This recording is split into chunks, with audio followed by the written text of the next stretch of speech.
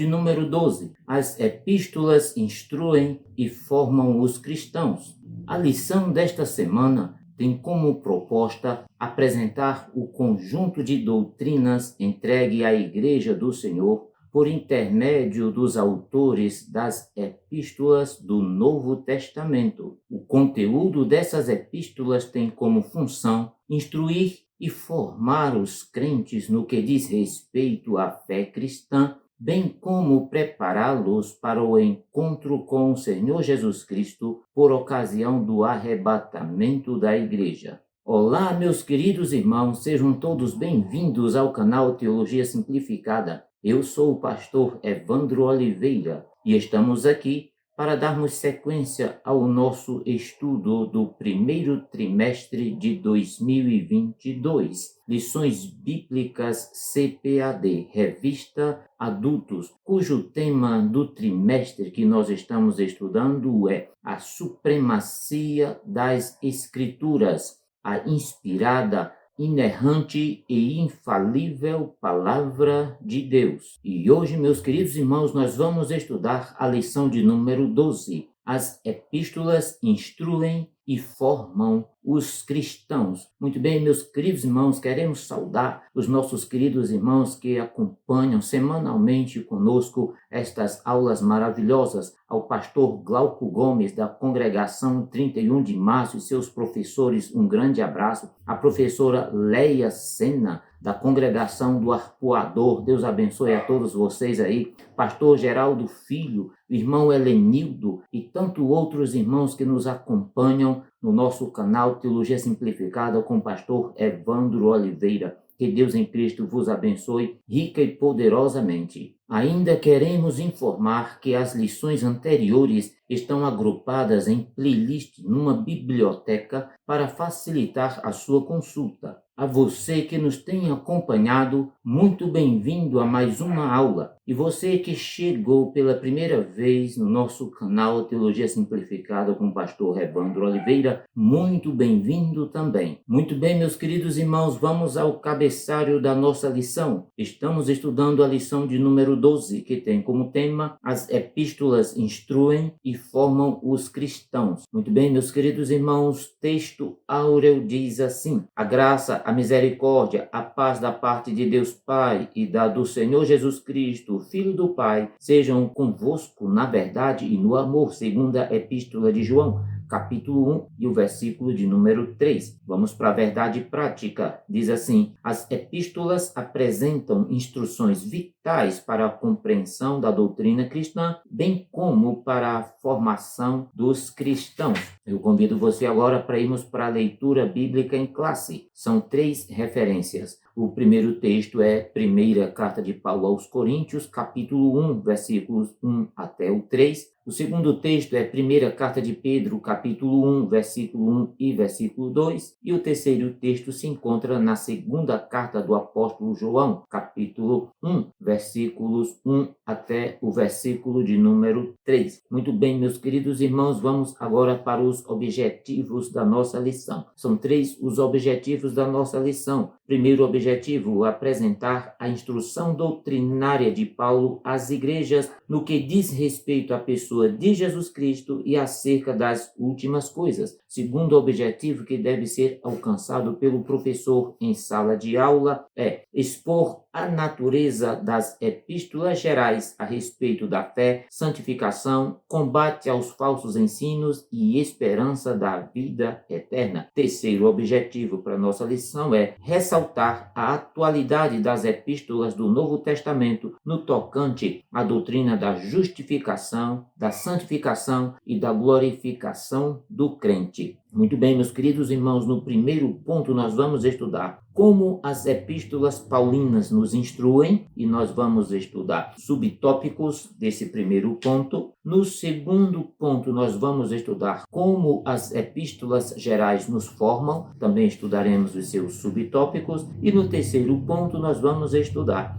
as epístolas continuam a falar. Também vamos analisar os seus subtópicos. Então convido você a ficar conosco. Creio que teremos uma aula maravilhosa. Pegue um lápis, uma caneta, um papel para você fazer as suas anotações e não perca nenhuma informação, porque você terá subsídios maravilhosos para preparar a sua aula. Muito bem, meus irmãos, vamos ao primeiro ponto da nossa lição, mas antes de continuar, eu quero fazer 3 pedidos a você, pode ser? O primeiro pedido é, se você é novo por aqui, faça sua inscrição no nosso canal agora e eu vou dar um tempo para você fazer isso. Segundo pedido que eu faço é, assista o vídeo até o fim. Tem subsídios, imagens e muito mais informações para você enriquecer a sua aula. E o terceiro pedido que eu faço é, caso você queira, deixe aí o seu comentário. Ele é muito importante para todos nós. Ative o sininho de notificações. Muito bem, meus queridos irmãos, vamos ao primeiro ponto da nossa lição. O primeiro ponto, como as epístolas paulinas nos instruem. O seu primeiro subtópico, nós vamos estudar instruções salvíficas. É importante saber que 21 dos 27 livros que formam o Novo Testamento pertencem ao gênero epistolar. São cartas escritas com a finalidade de dirigir, aconselhar e instruir nos seus primeiros desenvolvimentos as igrejas recém-formadas ou para ajudar os responsáveis para pastoreá-las e administrá-las. Muito bem, meus irmãos, você pode perguntar como as epístolas se classificam. Veja que, de acordo com certas características comuns, podemos agrupar as epístolas do Novo Testamento da seguinte forma. Primeiro, nós vamos ter as epístolas paulinas, 13 epístolas paulinas. Então, meus irmãos, as epístolas estão agrupadas da seguinte forma. Epístolas paulinas, 13. As epístolas paulinas, nós vamos ter as primeiras epístolas, que são 1 Tessalonicenses e 2 Tessalonicenses. Segundo, nós vamos ter as grandes epístolas, que são conhecidas como clássicos paulinos, que são as cartas de Romanos, 1 e 2 Coríntios e Gálatas. E terceiro, nós vamos ter as epístolas da prisão, Efésios, Filipenses, Colossenses e Filemon. E quarto, nós vamos ter as epístolas pastorais, 1 a Timóteo, 2 a Timóteo e a carta a Tito. E por último, nós vamos ter as epístolas universais. São 8 as epístolas universais. Tiago, Pedro, são 8, meus queridos irmãos, as epístolas gerais, também conhecidas como universais. A carta de Tiago, 1 e 2 Pedro, 1, 2 e 3 João e a carta do apóstolo Judas. Muito bem, meus irmãos, vamos para as instruções salvíficas que falam sobre a salvação. Você sabia que Romanos e Gálatas, 1 e 2 Coríntios, são chamadas de clássicos paulinos? É importante saber também que Romanos e Gálatas exerceram papéis importantíssimos na reforma da igreja no século XVI. Você sabe por quê? Porque todas as duas cartas destacam a justificação pela fé. Em 1 Coríntios ressalta-se a mensagem do Cristo glorificado, que morreu pelos nossos pecados e ressuscitou ao terceiro dia. Já a segunda carta que Paulo escreve aos Coríntios frisa-se o ministério da reconciliação, em que Cristo levou os nossos pecados e nos reconciliou com Deus. Você vê isso no capítulo 5, versículo 19 ao 21. Segundo item, instruções a respeito de Cristo, é o que aprendemos também nas epístolas paulinas. Na cristologia neotestamentária, há costume de falar de duas tendências principais, a dos evangelhos sinópticos e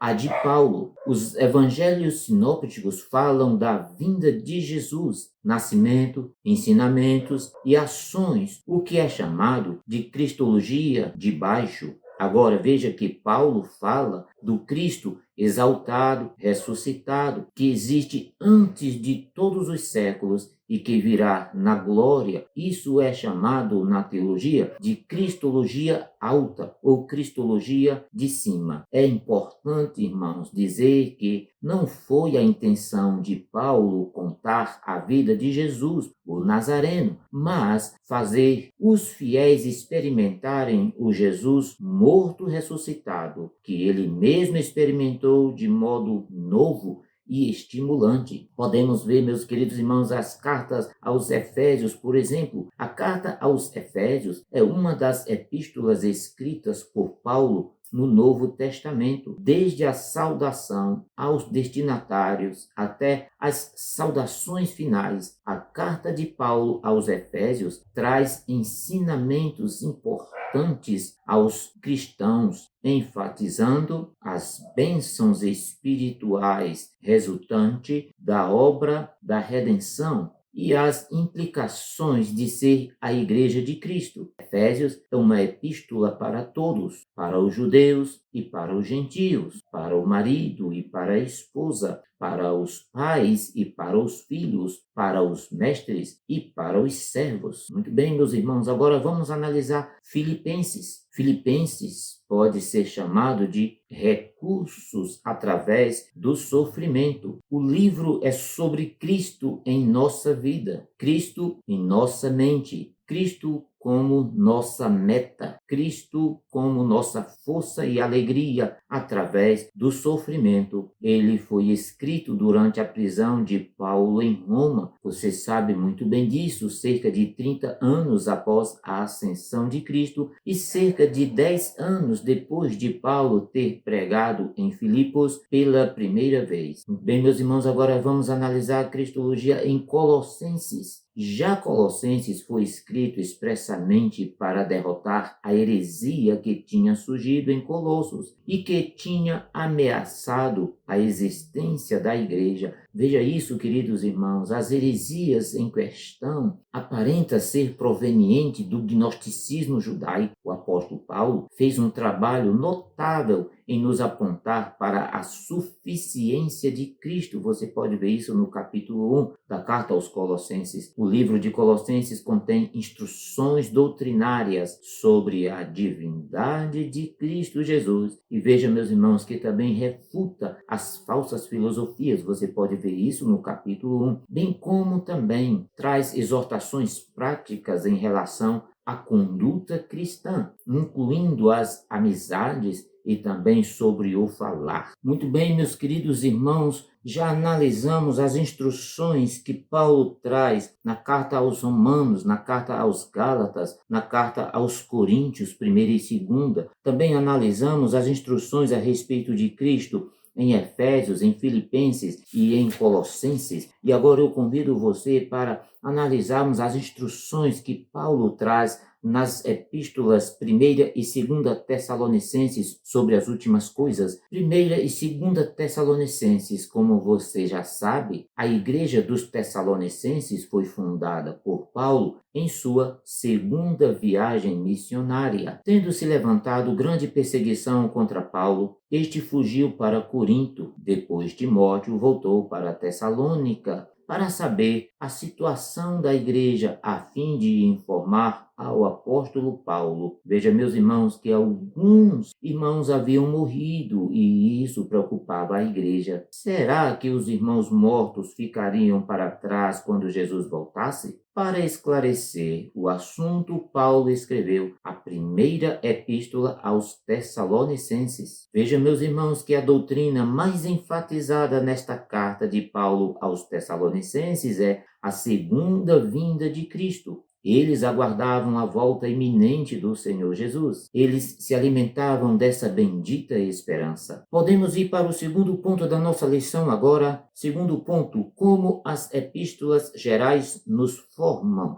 Primeiro subtópico, as epístolas de Pedro. O apóstolo Pedro escreveu com o objetivo de fortalecer e encorajar os cristãos judeus que estavam sofrendo oposição e tribulação por causa da fé em Cristo Jesus. Sua intenção é que, ao ler estas palavras, eles fossem animados com a esperança da vida eterna. Pedro também os exortou a que vivessem de maneira santa, digna do Evangelho de Jesus Cristo. Sobre o sofrimento, Pedro nos mostra que, quando sofremos, nos tornamos participantes do sofrimento de Cristo Jesus, o nosso Senhor. Além disso, devemos lembrar que isso é temporário. Ao estudar o conselho que Pedro deu nessa epístola, os alunos vão sentir esperança e receber incentivo e força que podem ajudá-los com os desafios que enfrentarem. Segundo tópico da nossa lição, as epístolas de João, que são primeira, segunda e terceira epístola de João. As três epístolas fazem parte do Novo Testamento. Apesar do autor não se identificar diretamente, alguns pais da igreja, entre eles Clemente de Alexandria, Orígenes e Tertuliano, nomearam João como o autor dessas três epístolas. As cartas teriam sido escritas nos anos finais da vida de João, por volta do ano 80 e 90 depois de Cristo. Então vamos analisar as mensagens de cada carta de uma forma resumida. Primeira João, ele diz assim: filhinhos meus, estas coisas vos escrevo para que não pequeis. Se todavia alguém pecar, temos um advogado junto ao Pai, Jesus Cristo, o justo. Veja, meus irmãos, que o autor escreve esta carta direcionada aos cristãos que estavam em risco de serem enganados por falsos mestres. O objetivo era estabelecer a verdade sobre questões relevantes, entre elas a identidade de Jesus Cristo, e com isso responder aos questionamentos dos crentes, fortalecendo a fé de toda a igreja. Podemos analisar agora a segunda carta de João. Esta pequena epístola é dirigida aos membros de uma igreja, onde o autor pede que amem uns aos outros e que tomem cuidado com certas doutrinas falsas que estavam sendo espalhadas pelo mundo. João diz: olhai por vós mesmos, para que não percamos o que temos ganho,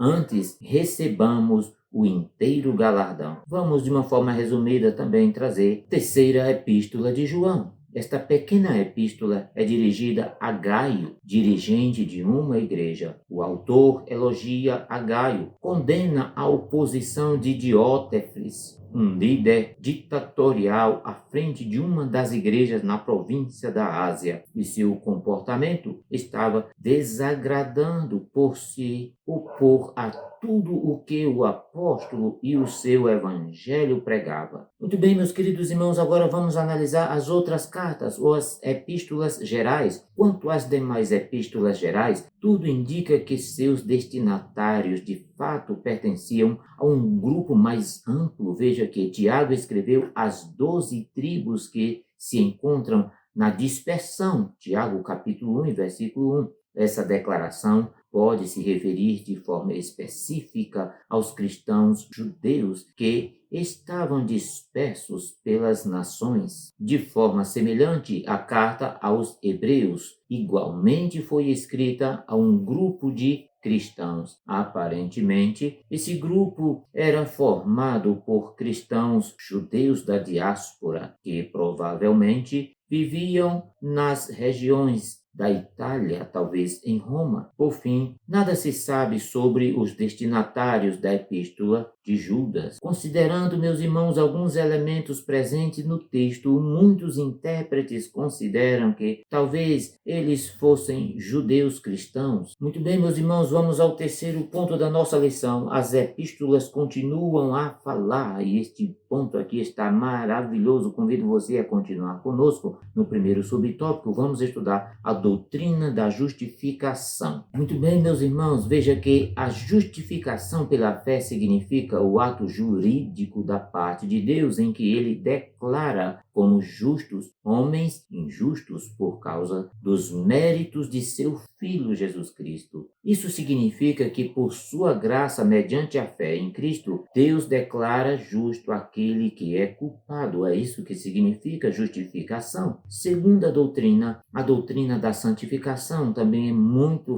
forte nas epístolas gerais. É importante que se diga que santificação é um processo progressivo e contínuo operado por Deus na vida daquele que foi regenerado, na vida daquele que foi convertido e justificado. No processo da santificação, o cristão é ensinado e moldado a viver cada vez mais para Cristo, numa vida de retidão conforme a vontade do Senhor. Assim também a santificação o leva a morrer dia após dia para o pecado, vivendo em santidade. O crente vence as tentações e as concupiscências de sua velha natureza, ou seja, os desejos de praticar o pecado. Através da santificação, nosso ser é mudado gradualmente. E desse modo, meus irmãos, nós somos habilitados a resistir aos hábitos e práticas pecaminosas da nossa carne, da natureza humana, e buscar um modo de vida semelhante a Cristo Jesus. Quarto, a doutrina da glorificação. Veja, meus queridos irmãos, que a glorificação é o último estágio da aplicação da obra da redenção no processo de salvação. A glorificação na Bíblia se refere à verdade de que, na ocasião do retorno de Cristo, os salvos receberão corpos ressurretos semelhante ao dele. É importante dizer que a doutrina da glorificação indica que Cristo não redimiu apenas a nossa alma, mas também o nosso corpo. Sua obra redentora nos atingiu por completo. Porém, a aplicação dessa obra só alcançará sua plenitude quando nossos corpos forem totalmente libertos dos efeitos do pecado. É exatamente isso, meus queridos irmãos, que a Bíblia chama de glorificação. O apóstolo Paulo foi quem mais falou sobre a glorificação dos salvos. Ele escreve que já no tempo presente esperamos pela redenção do nosso corpo. Isso constitui uma grande esperança. Falando sobre o processo da salvação, o apóstolo acrescenta: e aos que predestinou, também chamou, e aos que chamou, também justificou, e aos que justificou, também glorificou. Romanos capítulo 8, versículo 30. Perceba que ele posiciona a glorificação como sendo a conclusão desse processo todo. Muito bem, meus queridos irmãos, estamos chegando ao fim da lição de hoje. Não esqueça de ativar o sininho de notificações, assinar o nosso canal Teologia Simplificada, comentar e compartilhar esse vídeo aí na sua igreja com seus amigos e irmãos em Cristo Jesus. Muito obrigado pela sua companhia e até a próxima semana. Que Deus te abençoe sempre.